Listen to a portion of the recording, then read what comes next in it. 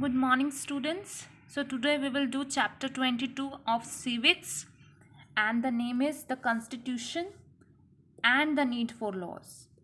संविधान और लॉज की ज़रूरत. सो एंशियंट टाइम में जो एक्सरसाइज कंट्रोल होता था मेंबर्स का डिफरेंट वेज में होता था कि उनको क्या सेंसर करना पड़ता था कि एक पर्सन ने रॉन्ग डूइंग करा है तो उसको पनिश भी करना पड़ता था. रिलीजन जो होता है वो भी इम्पोर्टेंट रोल प्ले करता था पर्सन के बिहेव में. सो नाउ डेज रूल्स जो होते हैं वो कंट्री के क्या करते हैं, गवर्न करते हैं. रूल्स और प्रिंसिपल जो होते हैं वो डिटरमाइन करते हैं governance of a country. Certain rights दिए जाते हैं सिटीजन्स को. Their duties are known as the constitution of the country.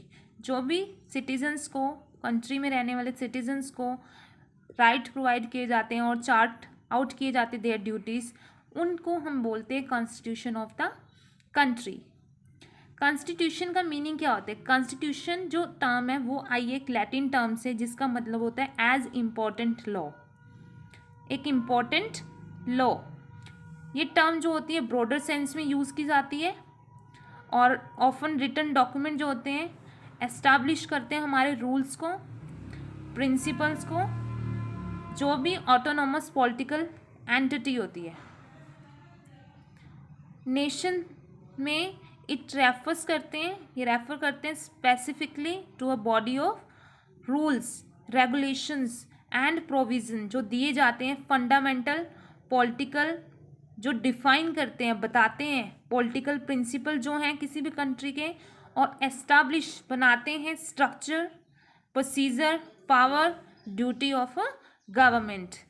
सभी इंडिपेंडेंट कंट्री जितनी भी वर्ल्ड में हैं वेयर डेमोक्रेसी, मोनार्की और any other form of government exist करती है, सभी के अपने अपने कॉन्स्टिट्यूशन है. आफ्टर इंडिपेंडेंस क्या हुआ? ये नेसेसरी हो गया, ज़रूरी हो गया, imbibe the ideals that inspire our freedom movement as guiding principle of the newly independent nation. So एक ड्राफ्टिंग कमेटी जो थी of the constituent assembly form हुई जिसने इंडिया का कॉन्स्टिट्यूशन क्या किया, फ्रेम किया. अवर कॉन्स्टिट्यूशन जो था वो ड्राफ्ट किया गया था बाय द कॉन्स्टिट्यूएंट असेंबली से, और जो इंडियन कॉन्स्टिट्यूशन था वो आया था 26 जनवरी 1950 को. Importance of constitution.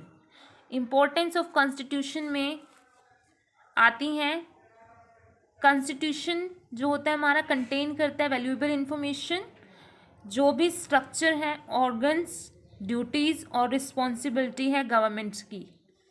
कॉन्स्टिट्यूशन के अंदर सिस्टम होता है चेक और बैलेंस का जो कि प्रिवेंट करता है मिसयूज़ ऑफ पावर को. जो भी गवर्नमेंट पावर में है उसके पावर जो होती है वो मिसयूज़ होने से रोकता है.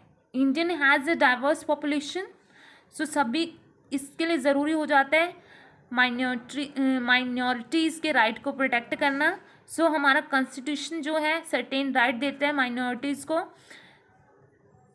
ताकि वो ऑपरेशन से, मेजॉरिटी ऑपरेशन से उनको बचाया जा सके. हमारा कॉन्स्टिट्यूशन जो है वो फंडामेंटल राइट्स देते हैं सिटीजन्स को ताकि उनको प्रोटेक्ट किया जाए अगेंस्ट एनी इनजस्टिस जो भी हुई है गवर्नमेंट के द्वारा उनकी. So need for laws. Laws की नीड क्यों है आपको? इंडिया एक डेमोक्रेटिक कंट्री है, large country like India. People have different needs. People की नीड्स जो होती है, एस्पायरेशन जो होती है वो डिफरेंट करती हैं जैसे जैसे कल्चर डिफरेंट होता है. सो कन्फ्लिक्ट बहुत ज़्यादा होंगे, डिफरेंट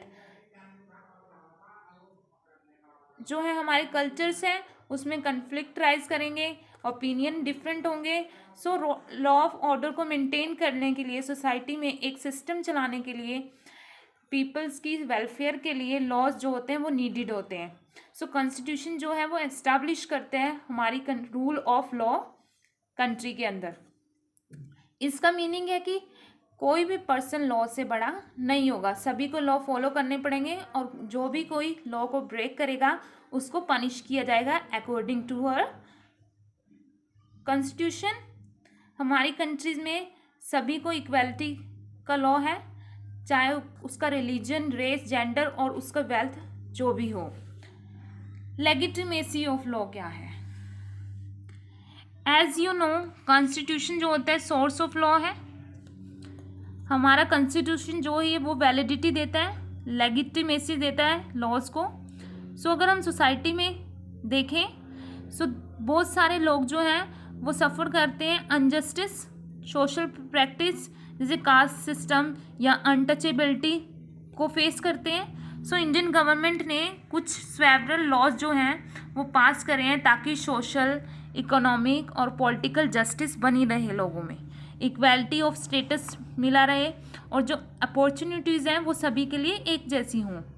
बट कुछ टाइम कैसा होता है कि everyone does not respond to the change, सभी चेंज को रिस्पॉन्ड नहीं करते। तो ऐसे में गवर्नमेंट जो है वो इनिशिएटिव लेती है to the force the change to implement the provisions of the constitution.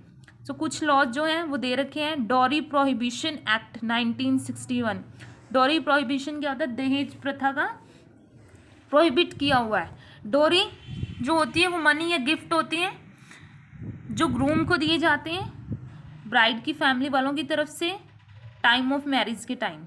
So after marriage क्या करते हैं वो, कुछ लोग क्या करते हैं कंटिन्यूसली डोरी की डिमांड करते रहते हैं। सो जो ब्राइड साइड के फैमिली मेम्बर्स होते हैं वो अनेबल होते हैं उनकी डिमांड्स को फुलफिल करने के लिए। सो फिजिकल और मेंटल टॉर्चर शुरू कर देते हैं ब्राइड का। सो इसमें क्या हो जाती है, एक्सट्रीम केसेस में डेथ भी हो जाती है।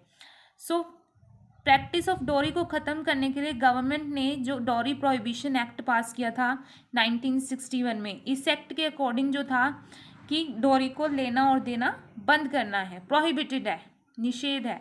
अकॉर्डिंग टू द एक्ट जो भी कोई डोरी लेता पाया गया उसको इम्प्रिजनमेंट एंड फाइन देना पड़ेगा, या तो जेल हो सकती है या फिर उसको फाइन देना पड़ेगा।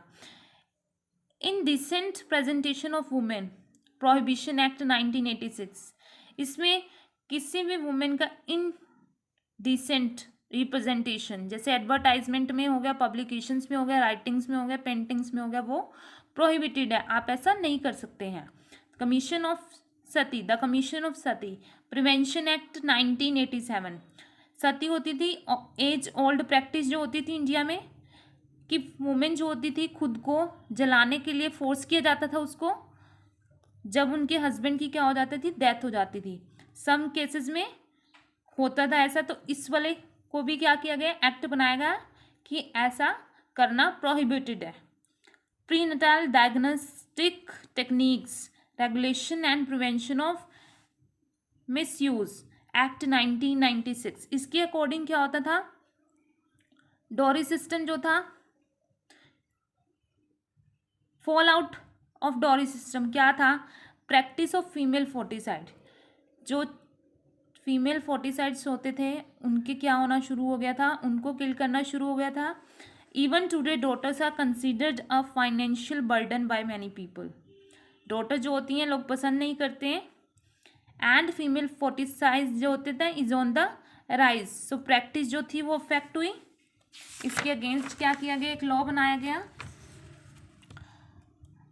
फीमेल फोर्टिसाइड होने की वजह से इंडियन सेक्स रेशियो क्या हुई, चेंज हो गई बहुत ज़्यादा। 2001 में सेंसेक्स जो था उसने डिक्लाइन किया, number of females in the age group of 0 से 6 जो थी वो 1991 सेंसेक्स में।